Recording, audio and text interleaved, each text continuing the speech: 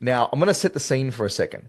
You've just finished your first appointment, whether a discovery call or an appointment with purpose, as I was saying. Maybe you've had some sort of strategy call with someone and the call has gotten to the end, right? When do you think is the best time to book the next call? Because you haven't closed on that first call. You've got to get into the next call. What do you think you should be doing? I have hired and trained plenty of sellers. I've hired and trained them for our clients. I've hired and trained them for our business, for ourselves. And do you know how often I come across a seller that does not book the next call before the call ends? It drives me insane. You want a momentum killer?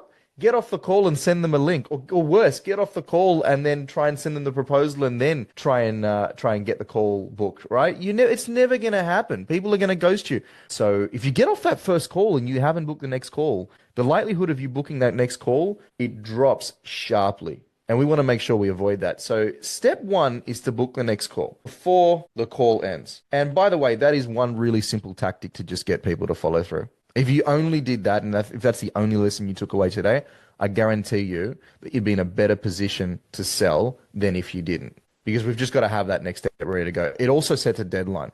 You're almost agreeing to a deadline for them to make a decision. Now, pro tip, I like to give this next step a name too. So what I don't like is booking a generic call. We want to give the call a name that indicates we're going to take action. I call ours a decision call. Isn't that absolutely obvious? And so, by giving it that name, people know they've got to come into that call and they've got to make a decision.